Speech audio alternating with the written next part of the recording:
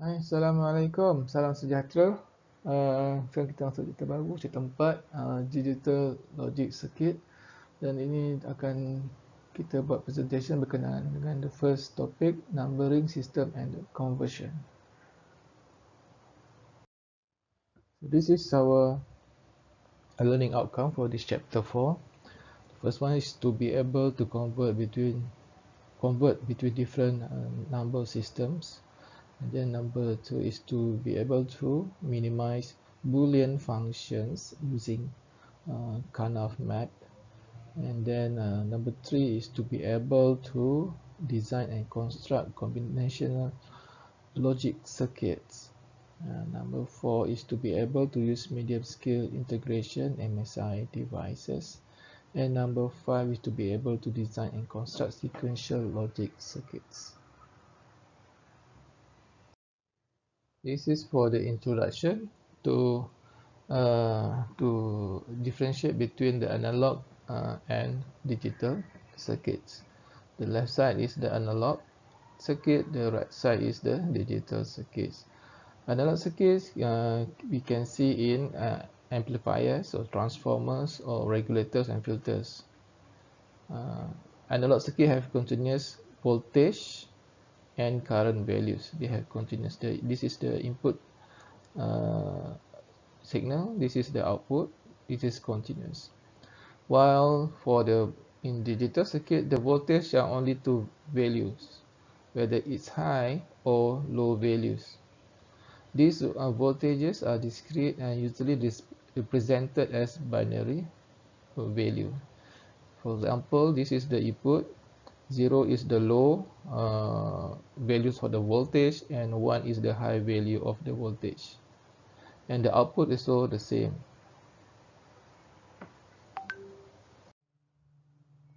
This is another comparison between the analog and digital. You can see that as stated here, the analog signal are continuous, and as shown in this graph, and the digital signal is discrete. You have one value at discrete point, and then the analog signal is continuously variable. Original similar to this, but digital signal are based on 0 and 1s.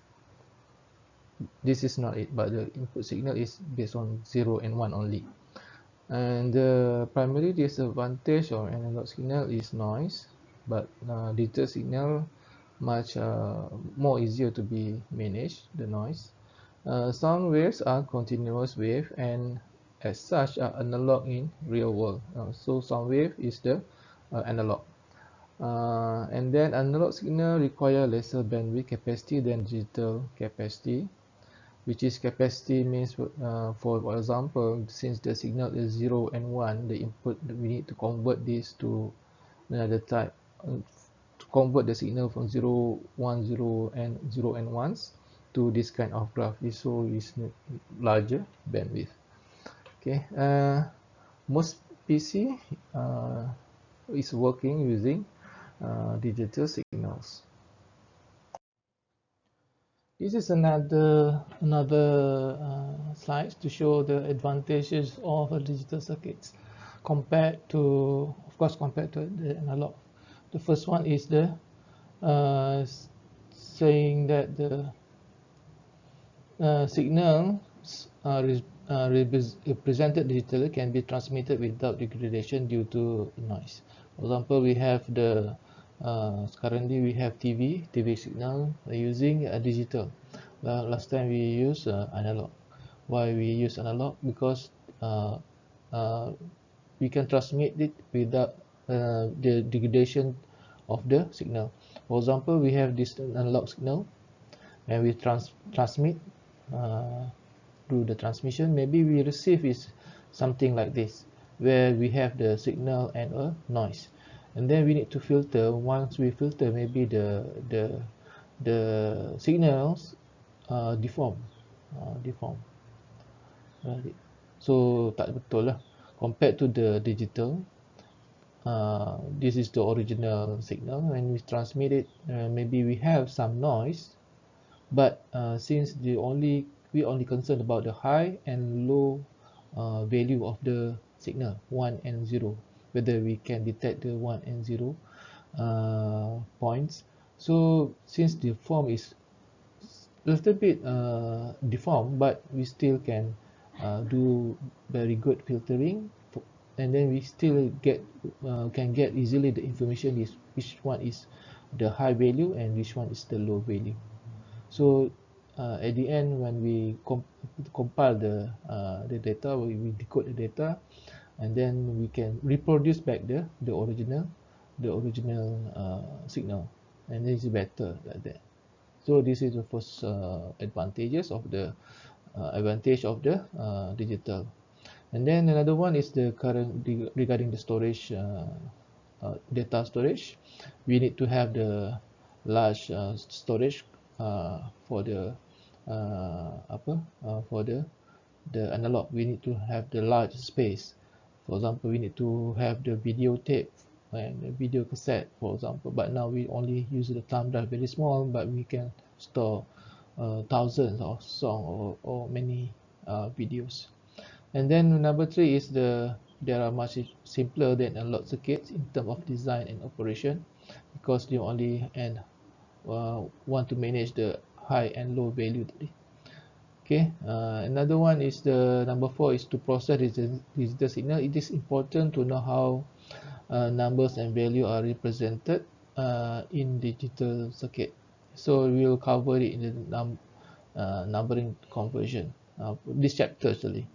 So this is an example of the analog instruments. These are some example of digital instruments.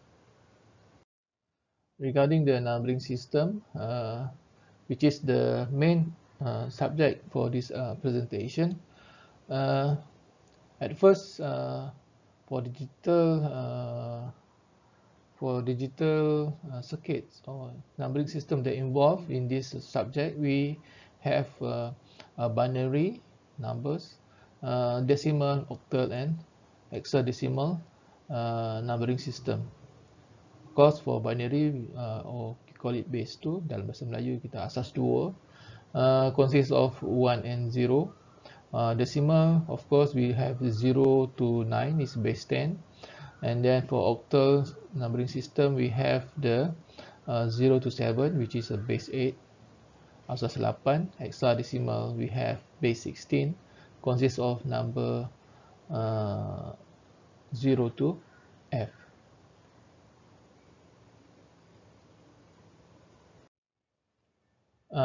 As for the start, we have the decimal number system to be looked into first. Okay, decimal number system is a base 10, asas 10. Okay, base 10. From 0 to 9, kita dah tahu dah, asas 10. So for example, this is talking about the value, the digits value. So for example, for these three numbers, what is the value of the 7, number 7? So this one for 734, say the number, the 7 value of 7 is hundreds, and then we have the 7 in 971 is a tens, and then 207 we have is just a unit, the value is 7 unit. So we will have this representation for this decimal number. Of course, we will use the similar representation like this for other number system also.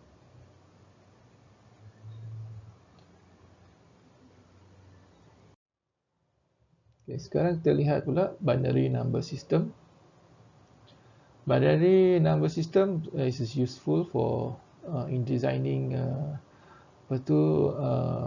digital circuit, because kita can use this on and off system, 1 and 0 value to vary the instruction to the electric signal. So kita boleh buat, manipulate this system on and off switching signal, and then kita boleh buat berbagai instruction menggunakan digital circuits. So this number system kita panggil binary number system. Each binary digit is so called bit, yang nombor-nombor tu 1, 2, 3, 4, 5. So ada 5 bit kat situ. Binary number system is also positional value system. So each digit has a value is expressed in power of 2. So tadi kita ada 1, 10, kan ada unit 10 dan juga ratus dan thousand for that decimal numbers. For binary number kita power of 2. Okay, dia 201, 201, 202 dan seterusnya. Okay, sebelah kanan kita panggil, yang paling kanan kita panggil least significant numbers, yang sebelah kiri, paling kiri kita panggil most significant bit, bukan most significant number, less significant bit dengan most significant bit. This is an octal number system, another number system to be used in this chapter. Octal number system has 8 digits, ada 8 digit, 0 sampai 7. Okay, so also a positional value system which represent expressed in power of 8 here.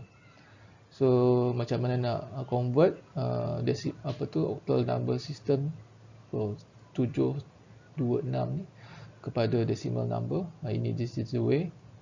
Okay, so we can convert it. Now here's another number system, a hexadecimal number system.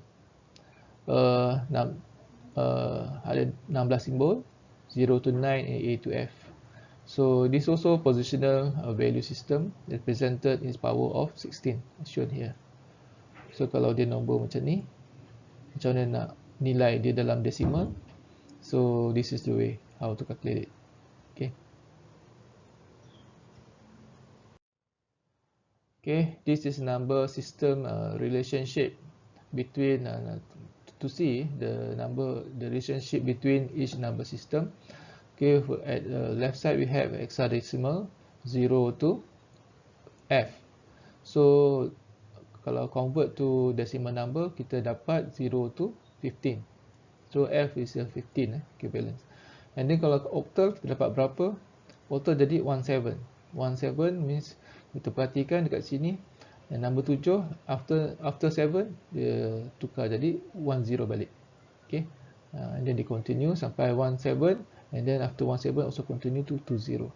This is the binary number. So binary number needs 4 digits to represent the nombor 15 tadi.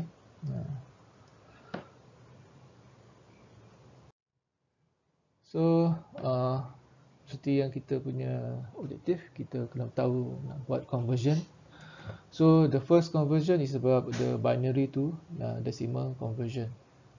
So macam mana nak buat, boleh baca ni, and then kita tengok dia punya contoh. Okay, this is the example one to convert the binary number to decimal number. So this is the number to be converted. So this is how we just calculate for each digits to its weights based on the position. The weight is based on the position, and is the position, and then this is the weight, how to calculate the weight. For position, number kita pilih sebelah kanan lah. Kanan ni 1, sini position 2, 3, 4, 5. So position 5 dia akan jadi 2/4 seperti tunjukkan sini. So this is the answer. Kita campurkan sajalah. So this is the example 2. So macam mana nak buat? The problem is for the examples dia ada dia ada titik perpuluhan. Okay. So so how to do it? As shown here. Okay. So dia power 2 and tolak 1 tadi kita punya weight. So kalau dia dekat belakang ni, dia jadi negatif. Dia negatif 1. So negatif 1 n sama dengan negatif 1. Tadi kat sini kosong kan? Sini 1. Sini kosong. Sini kosong. So kosong kat sini 1, 2, 3, 4. Kita tengok position kosong. Position kosong is here actually. N sama dengan kosong, dia tolak 1. Sini dia adalah position yang satu depan. This one, satu depan. Okay, this one. And then we have the tengok yang last kali, 1 kali berapa? 4. Okay, position ke belakang 4. Okay, negatif 4. Ni negatif lah ke belakang kan. Negatif 4 tolak 1 sama dengan negatif 5, seperti tunjukkan di sini lah. Okay, and then lepas tu campurkan saja. Okay. So what about this? Can you do it?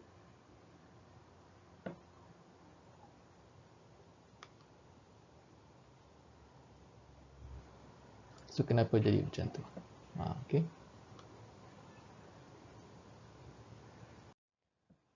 Okay, now it's about the conversion between from the decimal to binary.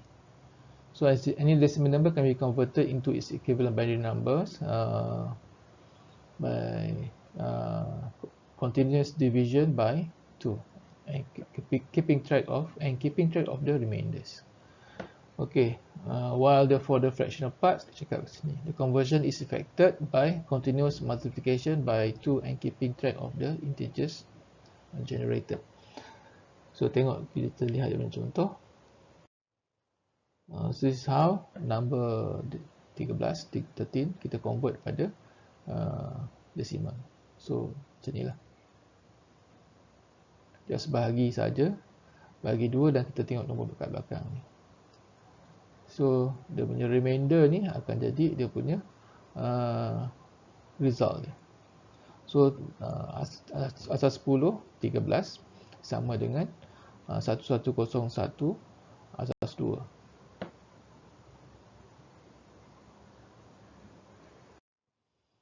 Cuba convert number ni 23 kepada binary.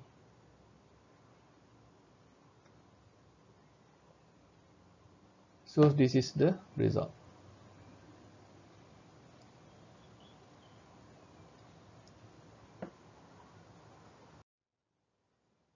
So this is example to convert the asas 10 yang ada titik perpuluhan kepada asas 2. So kalau kita lihat dia punya solution, okay, dia akan guna multiplication untuk bahagian belakang tu. Okay, dia multiplication, dia multiplykan the original number, this one sama kan. Okay, and then dia multiply, dia dapat this 1 point something.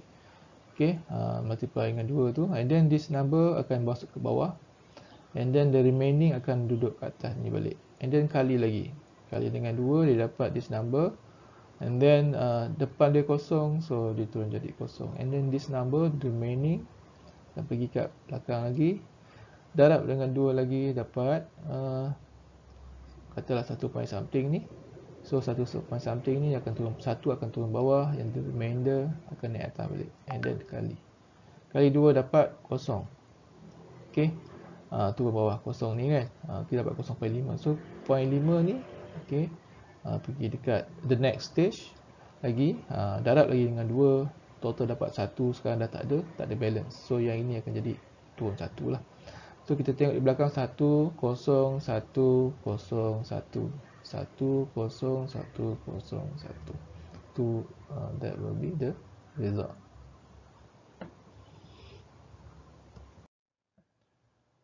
Looking at the example number 4, given an fraction, decimal number n and integer k, convert decimal number n into equivalent binary number up to k precision after decimal point. So the input is n equal 2.4 and k equal to 5. So when we calculate, we should have this kind of output. So the digit after decimal point for this binary is 1, 2, 3, 4, 5, 5 perpuluhan. Itu kena buat macam tu lah. Di sini sama lah, ada 8 selepas titik perpuluhan. So itu maksud dia. Let's take an example for n equal 4.47, k equal 3.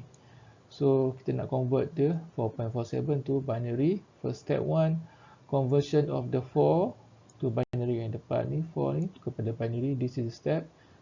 Kita bahagikan dengan 2. 4 bahagi 2 dapat 2, remainder kosong. Kemudian ni balance 2 kita bahagi dengan 2, dapat 1 balance kosong. And then 1 kita bahagi dengan 2 di sini. So dapat tak dapat apa-apa, 1 bagi 2 tak dapat ke 0.5. So ada balance ada 1 remainder. So kita akan dapat 100. So the 4 is 100. Okay. And then step 2, conversion of 0.47 belakang tu. Yang belakang punya to binary. This one ni kita darabkan. 0.4 darab dapat 9 ni. So integral part dia yang depan ni kita dapat 0. And then kita ni 9.4 darab lagi dengan 2, dapat 1.88. Yang depan dia ada 1, kita letak 1 sini. Integral part 0.88 kita darab dengan 2 dapat 1.7. Belakang ni kita dapat bukan depan tu kita dapat 1.79. So itu adalah dia punya integral part 1. So kata 3, so sampai sini kita boleh stop dah, tak payah buat sebab 1, 2, 3 dah. Jadi belakang dia ada 0.011. So kita combinekan, kita dapat 100.011 result. So this is the exercise to convert the decimal numbers in the binary form. So we have to exercise. Cuba buat.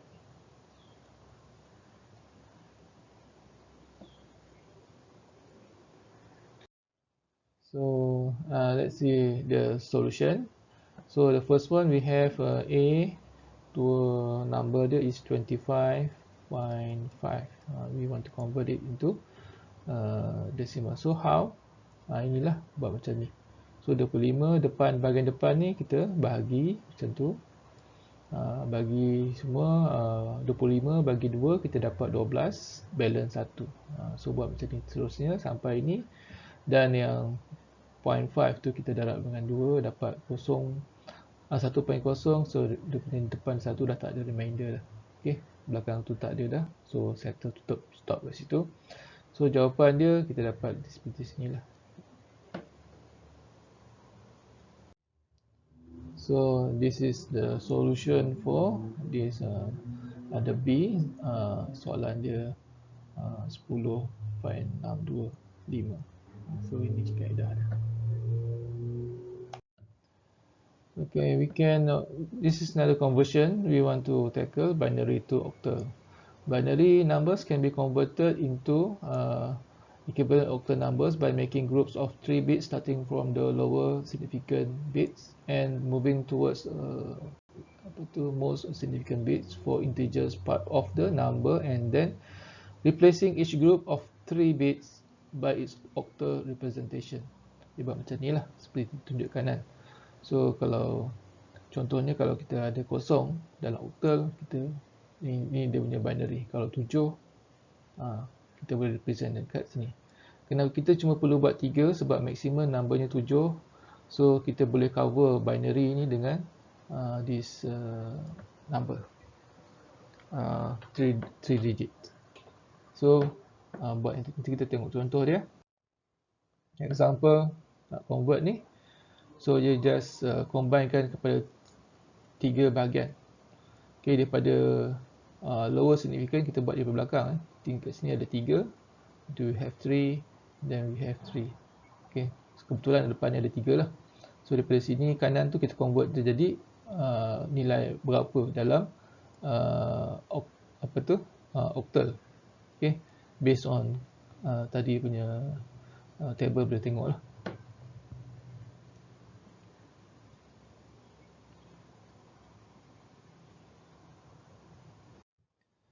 So this is another example to convert the binary numbers to octal numbers. So yang problem dia, beza dia kat sini ada titik perpuluhan. So for this type of problem, kita buat grouping daripada titik perpuluhan ke belakang. So kita ada 1, 2, 3, 101, 001 dan 110, kita tambah lagi kosong kat belakang. So kita transfer pergi sana. Okay, dah tulis balik kan. So jadi macam ni lah. Okay, just nilaikan satu ni. Tiap-tiap satu group ni kita nilaikan dia jadi berapa. Jadi berapa dalam asas 8. Okay.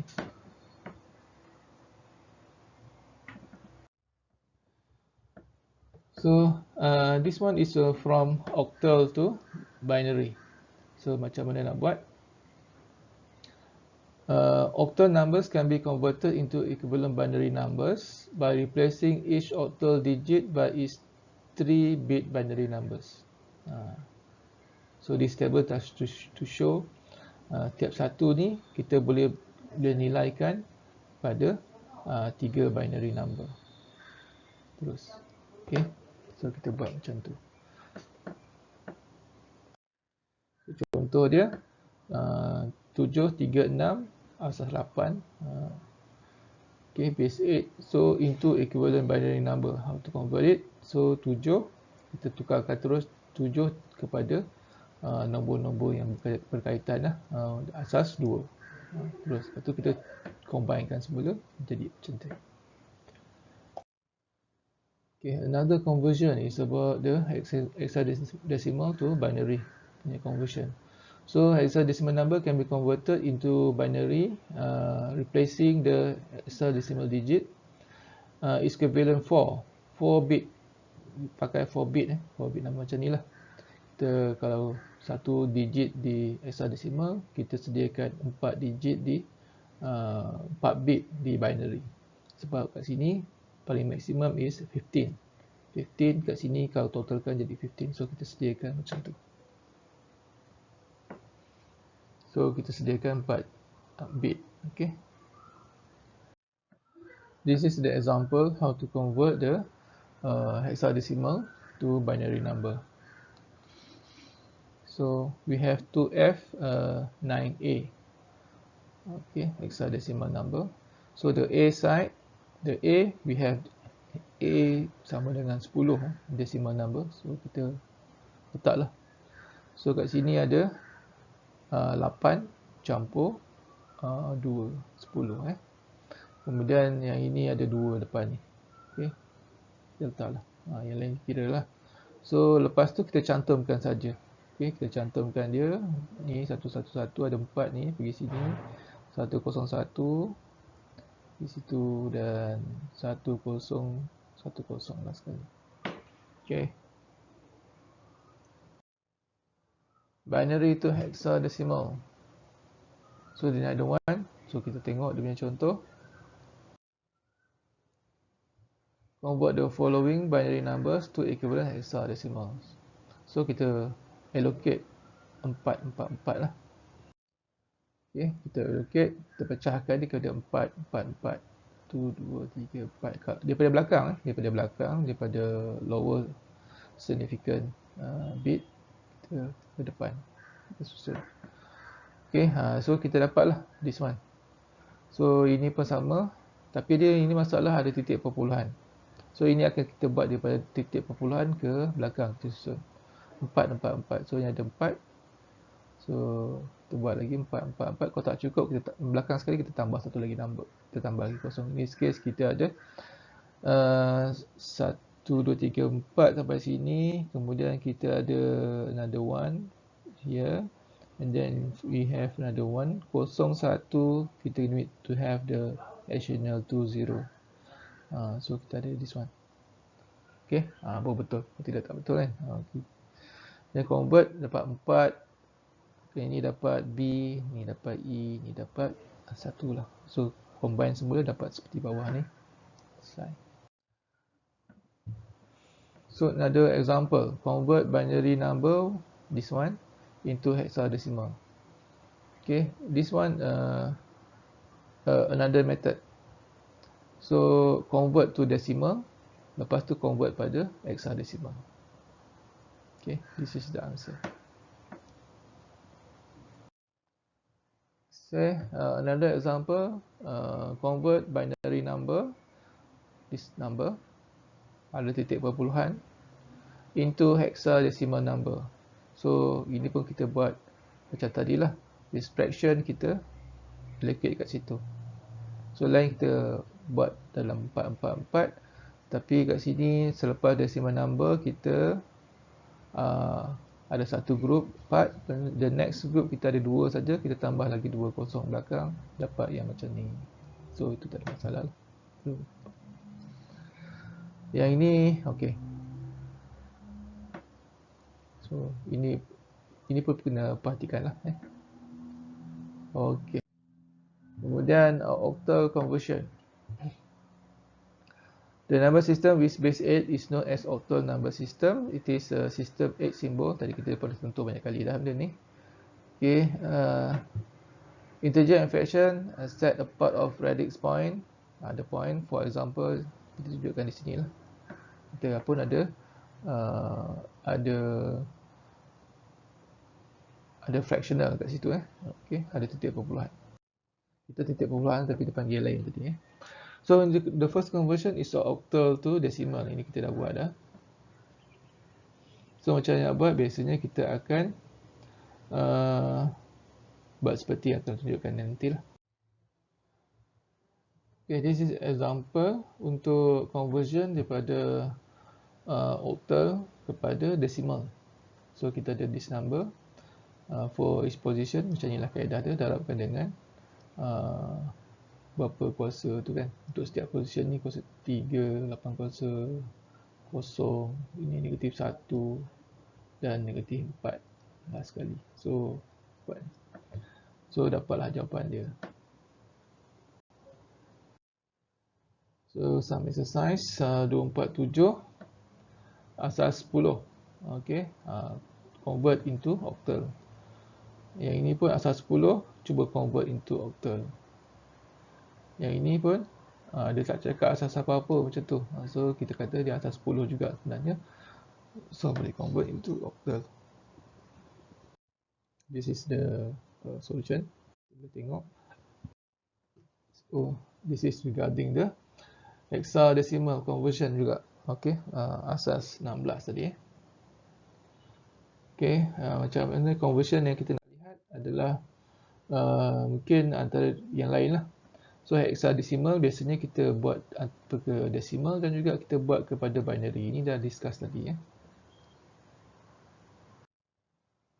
So hexadecimal kepada decimal pun tak ada masalah. Okay, ini kaedah dia. Kali 16 kan, asas 16, kita darab dengan 16 lah. Kuasa berapa yang berkenaan dekat itu position. Okay, tak ada masalah. InsyaAllah. Decimal tu hexadecimal, ini kena bahagi. Dividing, biasa kita pakai dividing.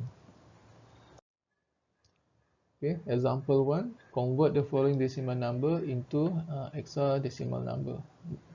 Decimal number is 95. So 95 kita tulis kat sini, bahagikan 16 dapat 5. Okay, balance dia ada 15. Ni balance kita letak kat sini. So dia punya dapat 5 tadi, kita bahagi lagi dengan 16. 16 tak boleh bagi kan. So dia ada balance 5. So dapat kosong, balance 5. 5 ni kita tulis kat sebagai situ, remainder dia. So balance. So yang ini kita convert, ini dapat F, ini dapat 5. So ni yang lower belakang sekali, ni yang depan sekali. So dapat jawapan. So this one is another example. Kita nak convert decimal kepada hexadecimal. We have the 0.5